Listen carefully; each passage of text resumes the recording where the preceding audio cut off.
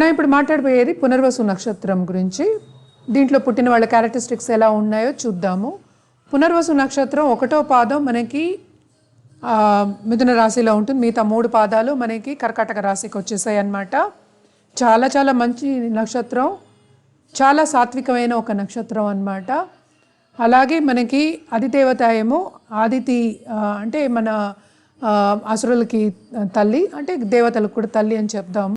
అలాగే గణాలు చూసామంటే మనం దేవగణం ఇచ్చామన్నమాట పునర్వసుకి. మనకి తెలుసు రాముల వారు కూడా ఈ నక్షత్రంలోనే పుట్టారని మనకి తెలుసు.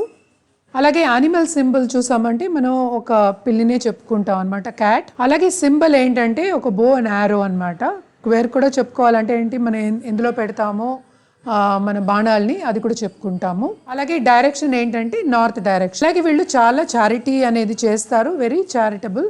అంటే ఆల్సో మోస్ట్ ఇంపార్టెంట్ ఏంటంటే వీళ్ళు చాలా థాట్ఫుల్, ఇంకోళ్ళ గురించి ఆలోచించే ఒక నక్షత్రం అనమాట ఇది.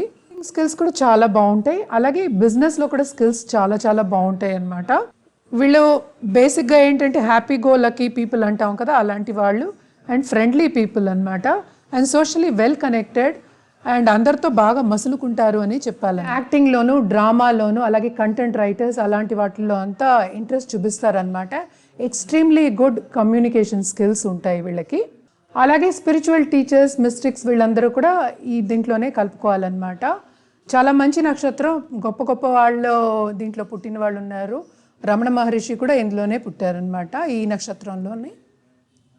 ఈ నక్షత్రానికి మనం ఇందాక మాట్లాడుకున్నాము, అధిపతి ఏమో గురువు అయ్యారు, అలాగే రాశికి అధిపతి బుధుడయ్యాడు. ఇవి 2 మేజర్ ప్లానెట్స్ బ్లెస్సింగ్స్ ఉంటే బుద్ధి ఉంటుంది, అలాగే మంచి థాట్స్ ఉంటుంది.